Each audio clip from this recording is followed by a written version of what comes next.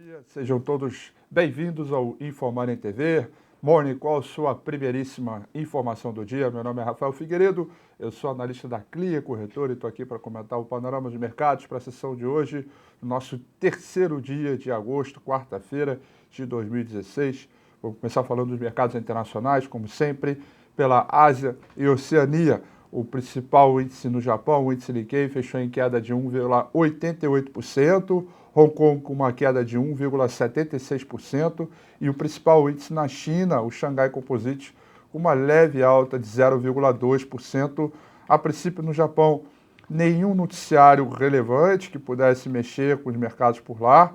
E na China, o Xangai Composto, que teve essa segunda alta consecutiva, ainda que meio fraca, né? Uma alta meio fraquinha mesmo, acho que a melhor palavra é essa.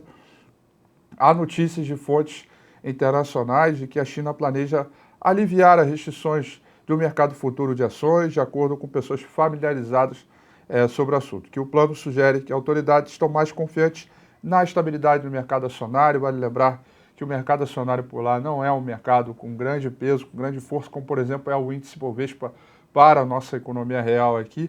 Entretanto, o reflexo do comportamento desse mercado certamente traz algum humor para as demais economias emergentes, por isso a gente tem que olhar isso com mais carinho. No Japão, conforme eu disse, não tem muita novidade, mas as ações vão caindo pelo terceiro dia consecutivo, com investidores ainda decepcionados, né, com aquele pacote de estímulos do governo, que vai aos poucos mostrando mais detalhes.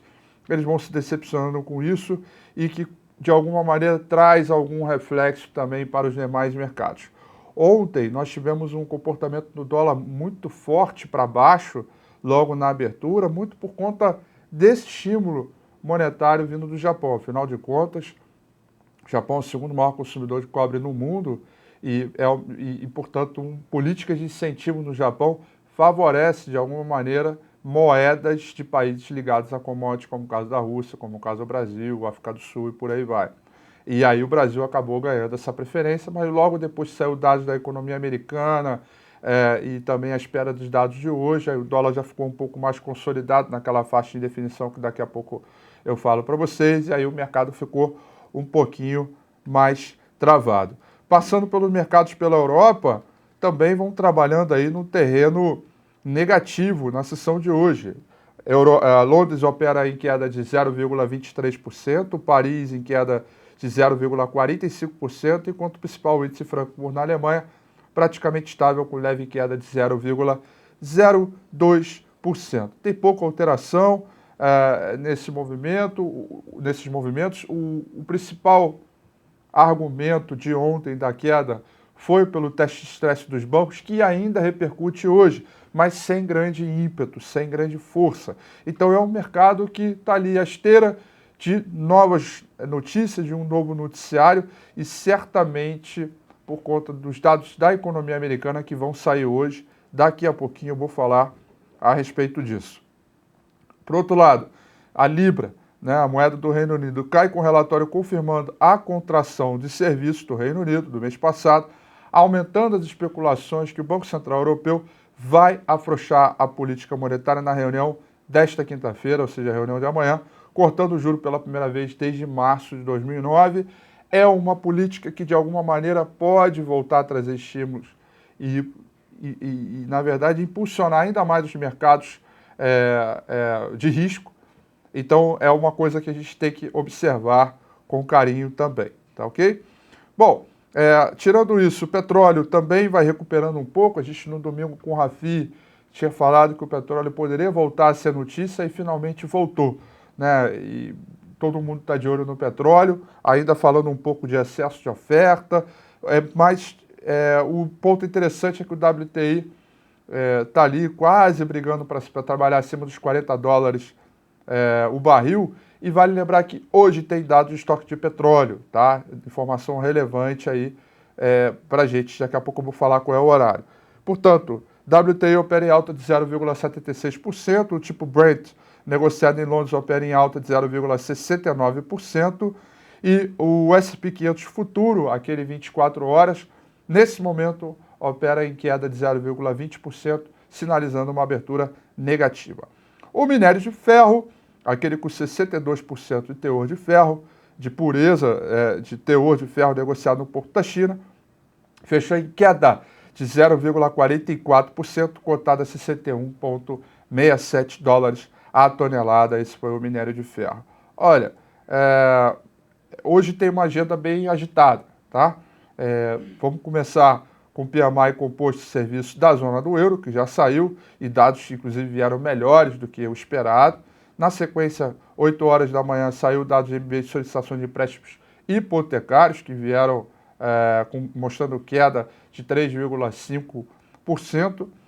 Na sequência, pessoal, já veio o primeiro dado relevante do dia. Às 9h15, tem a pesquisa ADP, que é a variação do setor de empregos no mercado americano, que serve como uma proxy, serve como uma referência para o payroll que vai sair na próxima sexta-feira, que é o dado mais importante da semana, sem sombra de dúvidas. Esse ADP sai às 9h15 e certamente vai mexer no dólar, tá ok? Temos PMI composto de serviços do mercado brasileiro, esse dado sai às 10 horas da manhã.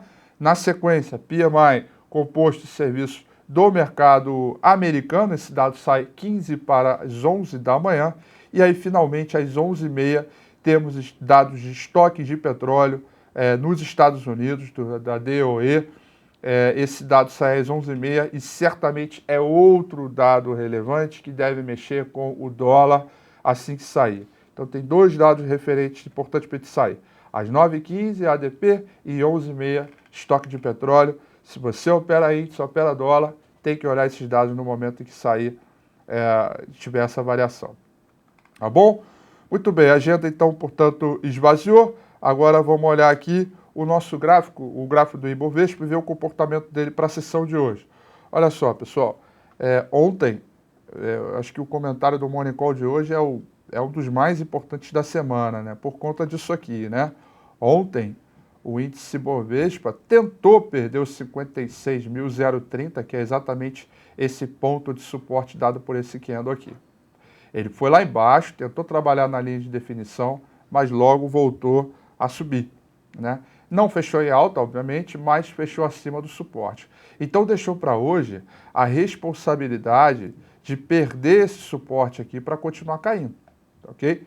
Quais são os alvos no mercado? O primeiro está aqui, 54.650, depois na sequência o 52.070, esses são os pontos mais evidentes do gráfico diário, mas claro, devido a esse último rally que veio daqui até aqui em cima, temos vários enroscos pelo caminho, inclusive antigas regiões que antes eram fortes e resistentes e que nesse momento vão se transformar como suporte. Então eu posso botar esse ponto aqui, eu posso botar esse ponto aqui, tá vendo? Todas essas duas retas aqui certamente servirão como pontos de enrosco, pontos para segurar o mercado, nem que seja por um curto espaço de tempo.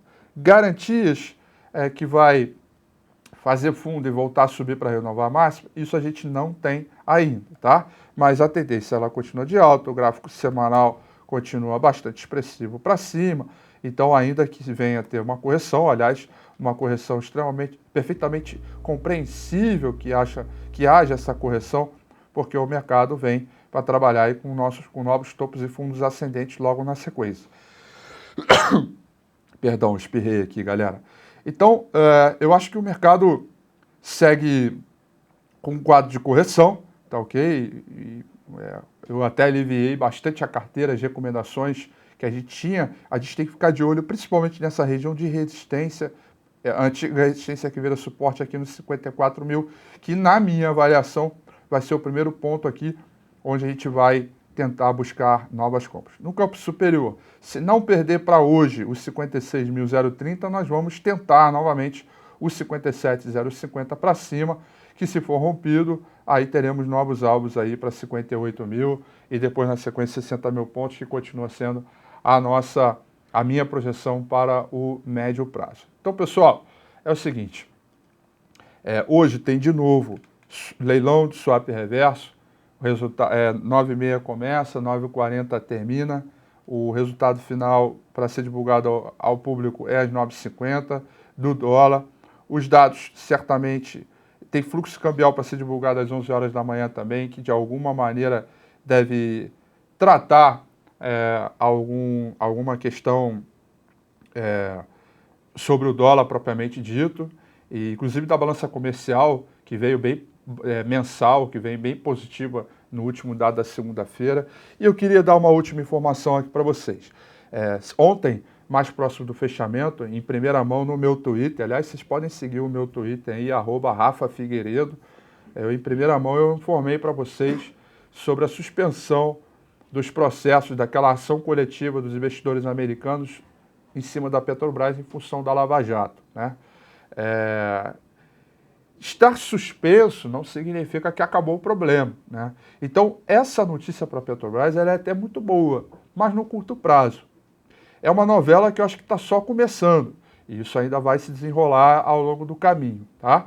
Mas é uma informação boa para a empresa no curto prazo, que ao invés de fazer a provisão desse recurso, a gente vai fazer a provisão dela que vai ter um prejuízo contábil não recorrente em função de multa, etc., ela pode usar esse recurso para outras coisas, principalmente para reduzir a sua dívida, que é algo que todo mundo fala, que todo mundo comenta e que é o que ela precisa fazer para vender ativos, vender parte da empresa dela, para fazer caixa, recuperar sua dívida e melhorar o fluxo de caixa dela para fazer frente aos seus negócios de hoje em diante. Então, a notícia ela é boa, tanto é que chamou leilão ontem, durante o pregão. A notícia ela acaba sendo boa, mas apenas para o curto prazo. Okay? Isso não resolve o problema dela inclusive, outros problemas mais graves, como, por exemplo, a dívida de mais de 100 bilhões de dólares que ela tem e que é o quadro, eu diria, mais relevante. Então, pessoal, são essas as informações que eu queria passar para vocês.